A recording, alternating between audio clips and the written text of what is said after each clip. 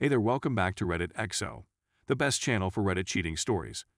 Be sure to like, subscribe, and hit the bell notification for more stories like these.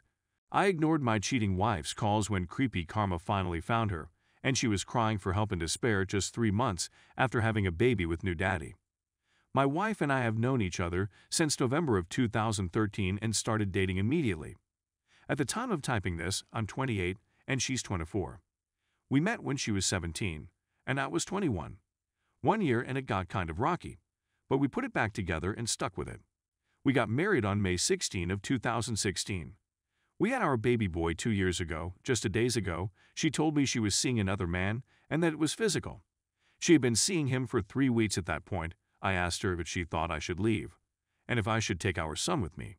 She nodded, so I just went into the other room and went to bed, just in shock. Stared at the ceiling the entire next day in between taking care of our son. The next day, I threw what I could in my car and left. I want to clarify that I have a terrible drinking problem. And it has consumed me. And now that it has ruined my life, I can't let it ruin my son's life. I'll be going to meetings immediately. We've been happy together all these years, made sacrifices for one another, and have enjoyed each other. We lived in a city for 3 years after we got married as she was advancing her career. I was managing a retail store and making really good money. She was managing a restaurant and she was making really good money, but we never saved. We've always been terrible with our spending. On Valentine's Day 2017, we tried for a baby and got pregnant on the first try. Our debts were piling up and we had no health insurance. I quit my managing jobs so I could get a different job and qualify for insurance for her. You never know what can happen during a pregnancy. We decided she should keep her since she loved her job and is very passionate about it. I got another job and got insurance. That November, we welcomed our son into the world on her due date. Happy and healthy. The birth was natural, and I held her hand through the entire process and watched my son enter this world and even cut the cord. We were so happy and so in love. Once the insurance paid out, I quit the job because it was awful and went back to the same company I was working for. Our debts continued piling up, and we wound up with a Chapter 13 bankruptcy. We were surviving, though. We just lived our lives for 1.5 years after that and loved each other and raised our son.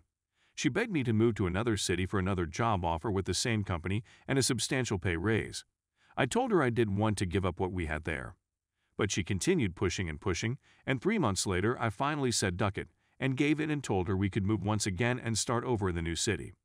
I gave up everything I loved about what I was doing there in our home that we both loved. We had so much room there in a fenced yard for our son. We moved 5 months ago and I just wound up working for her for simplicity's sake since we were having such a hard time finding a good reliable daycare. There were days where we just worked opposite shifts just to make it work. I felt less of a man and fell into a deep depression, became cold and distant to her, and eventually we only had sex once a few weeks. I stopped taking the time to look her in the eyes, hugging her, kissing her, touching her. We became almost like roommates with a kid. We never talked about it, though. She ignored me, too. But I know she could see the sadness in my eyes. But she just seemed so happy with what she was doing. And I couldn't just walk away from that or tell her we needed to go somewhere else. Our apartment was abysmally small, like tiny. We had nowhere to enjoy each other's company like we used to, nowhere for our son just to play and run and laugh. So cramped, I should have done something, gone to a counselor, tried to find a job I loved, but I just rotted. They're drowning myself in the bottle every day. I did all the housework, the laundry, dishes, meals, and taking care of our son. I was a drone just grinding through the days. She said she felt dead inside when she told me my D-Day. She felt nothing and just had to go and feel again. I died a little inside that day. I completely shut her out and walked away. It took me a couple of days to wake up, but I fought for her offer forgiveness. Offered to try to find religion with her as an atheist, and she's a Lutheran, told her I'd do anything to keep her in my life, to get help for my drinking as I should have years ago. I just wish she would have given me an ultimatum before having an affair. She's already walked away, though. My heart and soul are so broken right now, and I'm having a hard time holding it together. And I just want to drink. So fucking bad, but I can't. I have to do this for my son. I've got a job, a place to live, and I've got my son. I told her I could forgive her, and we could rebuild our lives together. I could give up the bottle, focus on us. I've made so many mistakes. I gave her the same ultimatum she should have given to me a month ago, 2 days ago, and she chose him. I've been asleep for so long, and I woke up this week. It's been hell. I can't stop throwing up. I've been having random panic attacks and breakdowns.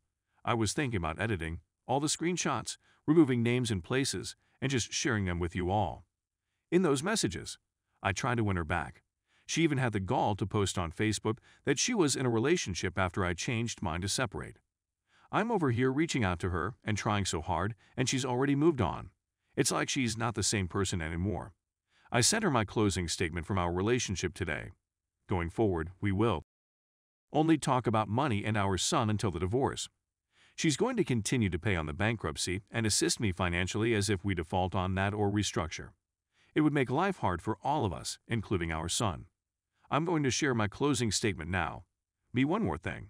I'm sorry, I fell into such a dark place once we moved to a new town. I just wasn't happy there. I was severely depressed. I didn't focus on your needs, physical or emotional. I became even more consumed in the bottle than I ever have. I hid those feelings from you because I wanted to give you the world. I gave up the happiness of having a real home and a real job in our new town. I did that for you. I should have gone to counseling. We both should have, especially after your sister's passing. I wasn't there for you through that. I lost my passion to truly live in life through you. I cannot change the things I've done or the choices I've made, but I'm truly happy you found a spark of joy in your life. And that will keep me going, along with the joy I find through being with our son every day. I've even already considered attempting to find another woman to love, but I can't do that. It won't be love. It will be empty, won't help anything, and it's wrong, and it's not fair to our son. I've hung all of our pictures here to remind me of the love we had when we truly loved each other, and I'll keep moving forward to make sure our son is loved, happy, and healthy. I'm going to find a counselor soon and just talk to someone. But I also want you to never forget there is no justifying the choices you made either. And you can hate me for that. And that's okay too. I want you to always remember that you gave up on us and your son. We did make a vow, and you broke that vow. I'm dropping it now. Have a good life. Update. Well, it's been 5 months since everything happened, and I can finally say I'm back to my old self. My drinking at this point is almost non-existent. I landed a job as an IT technician back in January and worked Monday through Friday, August 5. Perfect for daycare while being a full-time dad.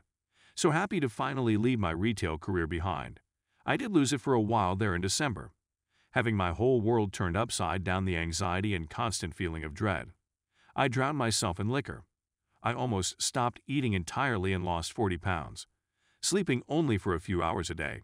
I'm 5 feet 11 inches. I was 180 and dipped all the way down to 140, currently at 155, eating normally again. It really hit the fan about a month ago.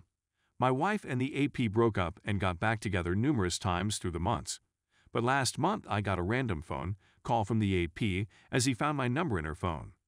He was going on about how she was lying to him about still talking to me. Obviously, we still talk. We have a child together. He called me to tell me that he was done with her and that she's pregnant. He asked me if it was mine. I was taken back by that. It's not. She finally tried to reconcile with me. I turned her away. For the first time in years, I feel like I can breathe and make my own decisions. It was my wake-up call to finally get the ball rolling and hire a lawyer. They got back together a few days after that. The whole situation is just obscene to me. She's only reached out to see our son twice in this entire time frame. So I shouldn't have any issues getting primary custody. Finally filing for divorce this week. I just wanted to say it does get better. I was blind to just how manipulative and controlling she was. And now that I've been on my own for 5 months, nothing but good things have come my way. I do still get lonely sometimes, but my son keeps my mind off of things and certainly keeps me busy. It's just a good feeling knowing I don't need her. I don't think I ever did in the first place. I became codependent to a toxic person. The best thing I ever did was finally let her go. Update. It's almost hard to believe how much time has passed. In 3 months, it will have been a year since I walked out that door. Life certainly does go on. Don't give up no matter how low you get. Pick yourself up and get it together. Let time heal your wounds. Not many bad days anymore, though I still relive some of the trauma in my dreams. Wake up to wipe a few tears and go back to sleep. I do try my best to not think about it or let it get to me like I used to. Still not completely divorced yet. My lawyer is still finalizing the parenting plan. We both took the parenting class. Judge granted me custody during the action. I doubt getting primary custody will be any sort of issue at this point. She pays me child support, and I pay her my contribution to our Chapter 13. She has bi-weekly weekend visitation. Even now, after all this time, it still shakes me a bit to see her with him. They're always together during the exchanges. 7 months pregnant with this kid looking that tool in the eyes. Do it because I have. 2. I certainly don't owe her anything, but I owe it to our son to keep my cool and stay collected.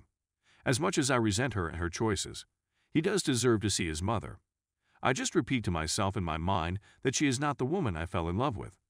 It's just someone that I have a contractual obligation to allow to see my child. The new job keeps getting better. I'd gotten 2 raises and a pretty hefty bonus when I got stuck out at a power district to do tech support, maintenance, and network administration. August 5 Monday through Friday, still been doing it since March. No complaints whatsoever. I'd also like to note that I had to take a step back and realize I had no stress in my life anymore. Like whatsoever. I can breathe now. I managed to quit smoking over a month ago. Just cold turkey, not looking back, I realized I didn't need it anymore. I still do enjoy a glass of whiskey at the end of the night though. I refuse to let my vices own me anymore. I tried to date, had a few flings at this point. Nobody has said well as of yet though. It's almost a chore sometimes meeting and talking to new people. Not to sound too off-putting, but everyone that I've met has just been so needy. I just don't enjoy being glued to my phone anymore. That's okay though. It's nice for the first time since I was a teenager to just feel content. I don't need anyone. It's just me and my boy, and that's all I really need. Playdates with my co-workers, kids and trips to the park for picnics. Just vibing in dad mode for sure. My boss has a full-size bouncy house. The kind of ones you see at those crappy pop-up fairs. It's hilarious. No matter how bad your heart aches or how bad you want the other person back in your life, take a step back and remember what they did to you. Remember who you are or who you were before you met them. I took that and ran with it. I grew from it emotionally. You get to take the time to take care of yourself and stop worrying so much about the cheater. It's made me take a step back and truly realize just how much the world does not revolve around me. When I was with her, it certainly did just me and her. Everyone was there for us, but we weren't there for anyone else.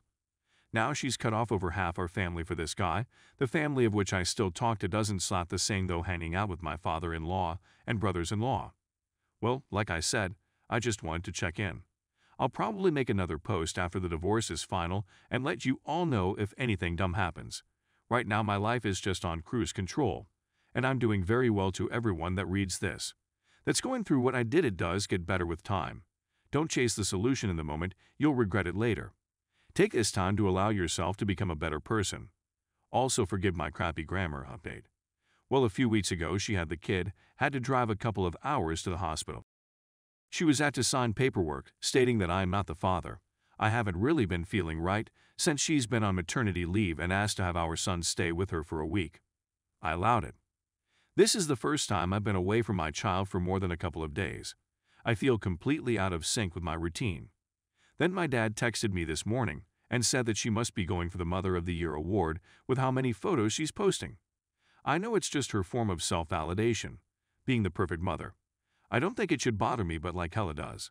I almost feel disgusted with myself that it does though. I'm unsure if I'm in some sort of regression. I just feel so down today. I want to crawl into a hole, etc. I just have to get the DNA test done to show the court that it's not my kid and it'll be over. My lawyer is collaborating with her to get it scheduled. It's almost been a year 20 days until my 1-year anniversary of D-Day. It's getting to the point where I won't keep replaying it all in my head at night staring at the ceiling. I don't know. I'm doing good, but I just feel numb. I feel I could ramble about it more. I just wanted to talk about it. Thank you all update. Well, guys, it finally happened. She was offended by him and he was arrested. She's tried calling me multiple times, and I just ignored the calls. Told her to either text me or email me. I have the police report in front of me. He was arrested last week for trying to slap her hard domestic offense, 3rd degree, and child misuse. To clarify, this is pertaining to what he did to her. He was apparently offending her while she was holding their 3-month-old. This is karma at its finest. It makes me recall when I previously stated that I doubt his tolerance for her bullcrap would be anywhere near as high as mine. My boy was not with her when this happened. I gave all of this information to my lawyer and I will see what he comes up with. Also got my DNA swab finally sent off yesterday. Almost time to put this all behind me. Things are still going great for me, and the boy got him enrolled in preschool to start in the fall.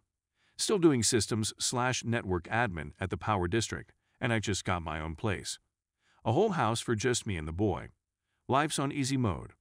We've been working hard locking down potty training, and the little guy is really getting the hang of it.